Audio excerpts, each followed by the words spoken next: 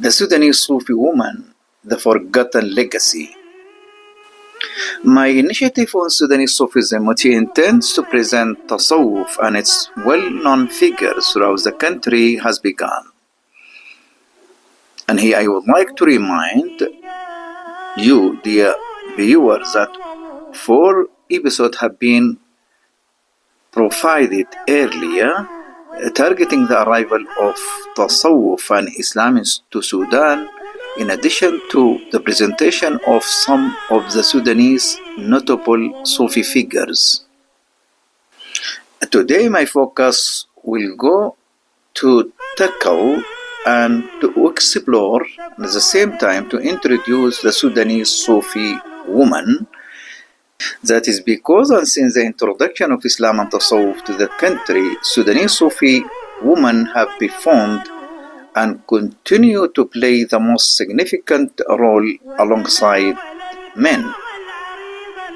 Nonetheless, my introduction to Sudanese Sufi women will be entirely based on my book, The Sudanese Sufi Woman, The Forgotten Legacy, which is the first of its kind to fully discuss the Sufi woman in Sudan for readers in both Arabic and English. The book has come into 6 chapters. In chapter 1, the educational role of Sufis in Sudan have been debated and discussed, while in chapter 2, girls' education Sufi role also has been presented, starting from Voyage Sultanate to the present day. In chapter 3, the pioneering figures and anthology is also presented, and here just throughout the Sudanese Sufi movement in Sudan, so a lot of Sudanese women have emerged. So just for the sake of brevity, I presented sample of these important figures, starting from Sayyida Batul al-Ghabsha, going to Fatima bint Jabir, Aisha bint al-Gaddal, Maryam bint Muhammad al-Gaddal. In addition to Aisha Abu Dlaik, Aisha Ali Abu Dlaik, the first Sudanese woman that assumed the office of caliphate following the passing away of her father, Sheikh Ali Abu Dlaik. Another personality that is Amuna bint Aboud, and then we have Maryam bint Haj Atwa, we have Fatima bint Asad, we have Kulthum bint Sheikh al-Ghurashi. Furthermore, we have Raya bint Abu Zayd, the mother of the notable Sufi Sheikh, my master Sheikh al-Abid with Badur. And also we have Sayyida Maryam al-Mirqaniya, very strong, influential Sudanese Sufi woman, has played great role in the dissemination of the Quranic teachings and Islamic teaching, at the same time the service of her own populace. Moreover, we have the personality of Farah bint Sheikh Bitai, the sister of Sheikh Ali Bitai, the famous Quranic school founder in Eastern Sudan. Moreover, we have another important figure, that is Al-Laymun bint Idris, the mother of Sheikh Abdul Mahmoud Sheikh Nuruddin. Moreover, we have another strong personality, that is Risala bint Al-Mahi, the mother of Sheikh Salman Sheikh Al-Bashir. Another important figure that is going to be presented to the audience, Aziza Sheikh Abdul Baqi Abu Shul. And then also we have Sarah Sheikh Muhammad al-Ga'awa, and then also we have Sarah bint Sheikh al-Ja'ali, strong personality. And another personality that going to be presented is Layla Sheikh Muhammad al-Sabunabi, still alive, woman of great contribution to the teaching and the memorization of the Holy Quran, and at the same time a very notable and talented poet. So now I would like to start with you the introduction of the book. This documentary book has more than one aim. Firstly, is to bring to life foreign period and beyond Muslim Sudan women of renown, with no doubt that the personalities that have been written about in the book were exemplary in their characters and accomplishments. Their stories speak for itself, without question. Secondly, the book furthermore aim is to suggest that there may be women in Sufi communities inside the country, and without the slightest doubt, there are other women figures who also perform an important part in their respective communities across the borders of the country. So the author here called upon other researchers to stand up for further studies in this rich, worthy field. My goal is to focus on a representative sample of Sufi women who were steeped in different aspects of the mystical dimensions of Islam in Sudan. However, the Sudanese Sufi women's legacy varied according to their roles as mothers or daughters, teachers or disciples, or even mystics. Unfortunately, Sudanese women are usually read as marginal to the development, transmission, and preservation of Sufi practices, knowledge, and teaching. Out of the investigation of the lives of the scholars women among these righteous women, unfortunately, I did not find a written material or authoring books. Rather, the culture of orality representing in the spoken forms is dominant, but there is no significant written authoring that may come to be attributed to them, with the exception of poetry in modern times. And such shortcomings of this, to me, back to the Sudanese personality and nature and its negative stance on recording writing. With the exceptions of the parts of manuscripts, Quran and Litany's writings, we didn't find any written work that penned by them in the past time. Despite the large number of women scholars who spread out across the country and stood as disseminators of religious knowledge among female members. The history of women education in Sudan goes back a very long time, and the history books describe Sudanese women who attended Quranic school and excelled at memorizing and applying the tajweed of the Holy Book were available. Not only this, while some of them kept on their studies and became well versed in religion based on Maliki Mazhab. Furthermore, Arabic language sciences, tajweed and hadith, the prophetic saying. This was during the Foreign Kingdom era, during the 16th century. However, these ladies did not stop at learning. They also advocated for the development of schools for the instruction of young children using a system that combining males and females together.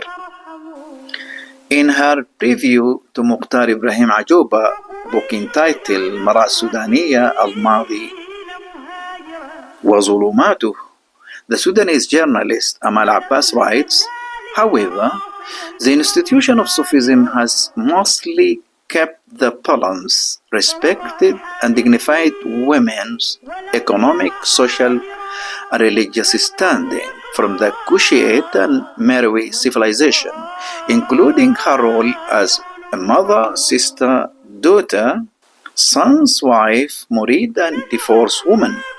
In the same way that they work with men to choose appropriate wives, they, Sufis, assisted them in choosing the appropriate husbands. As a result, the Sufis did not distinguish between the virtues, manners, rights, and obligations of men and women. Such attitude was so clear in the poems and pearls of wisdom of Sheikh Farah Taktuk. The tolerant Islam of the Sudanese, which looks at human value, has made the woman a caliph in the spot of the mosque of the masjid of Sheikh Ali Abu Dleig. For when Sheikh Ali Abu Dleig, a great religious man, inquired who would prefer to succeed him as the Khalifa, even though there was a male in his family, he underlined that my daughter Aisha would be the successor to the Tariqa carpet. He said this word while he was in the bed of death. He is dying at that moment. So Aisha Ali Abu Dleig considered the first Sudanese woman to assume the Caliphate and the office of the Tariqa Caliphate. In most Sufi cultures in Sudan, women are given the sheikh's nicknames, mainly in the Sufi culture. Many Sufi shuyukh, including Wad Maryum, Wad Safiya, Wad Safiya, Wad Riya, and Wad Muhaggen, may refer to him by his mother's name. In the very same culture, the sheikh may be commonly known by his daughter name. So, Abu Jaz, Abu Nasim, Abu Sarra, Abu Shul, Abu Risala, Abu Aisha, Abu Batul, and Abu Azza. So in the Sufi culture, the sheikh either come to be called by his mother, as we have given example, with Raya, or either come to be called by his daughter, to be identified and recognized among the people by his daughter. And here we have Abu Nasim, Abu Aisha, Abu Sarra, and Abu Jaz. Such just few examples that exist in the Sufi culture in Sudan. The daughter and the mother is there. The book tries to trace back the early efforts that have led by Sufi Sudanese women in the dissemination of knowledge and combating illiteracy among the women sector. This happened during the different political eras, from French Sultanate, passing through Turkish rule, Mahdiya, and post and pre and post independence. It primarily draws on examples from the varied periods of the Sudanese Sufi history. The author has found that the early Sudanese Sufi women have taken the lead and the pioneering role in laying down the cornerstones to girls' education in the country. The practical documented lives that were led by the Sudanese women confidently could be taken as evidence that Tasawwuf and behind it, its men, have strongly established and set the foundation to basis of education for both girls and boys. To counter the unfounded accusation that are occasionally leveled against Tasawwuf in the country, however, such substantial concrete evidence that has been taken practically from the real world experiences of these righteous and scholars. Sufism is a social phenomenon in Sudan, which raises the question of how Sufi women fit into the movement inside the masjid and takayas, particularly in the recent past prior to the shift in the pattern of work within the takiya, which can be taken or which can be referred to as modern takiya due to the introduction of technology and various modern devices in the preparation of food and drink. We find that all the details of honoring the guests who visit the masjid fall on the women's shoulders, even though the history books and biographies of the righteous did not detail their contributions to the service inside the kaya from early morning until the late at night. Here is indication to the Sufi woman role in terms of social service to the guest of the masjid, in addition to her major role in disseminating the religious sciences among Their counterparts, Sufi women also from the early of time, has played a great role in the service that carried out inside the Takaya and Masjids of the Sufis in Sudan. Finally, the book which is in our hands, Sufi Women in Sudan, The Forgotten Legacy, has come and classified into three categories. And it comes as follows. The three categories come as follow. The righteous woman, the poet, and the righteous woman. As for the righteous, here this category including righteous who know the righteous woman that described as the scholar. This is from a site. So including the righteous woman as the scholar and at the same time including praise singers, including murids. So the first group represented in Sufi woman as a scholar. The second group, just a righteous woman, either a mother of wali or a son of wali. The third category is the praise singers, and the praise singers and the poets at the same time. So here we have these three categories, and it will be discussed in further more details in our presentation to the Sudanese Sufi woman, The Forgotten Legacy.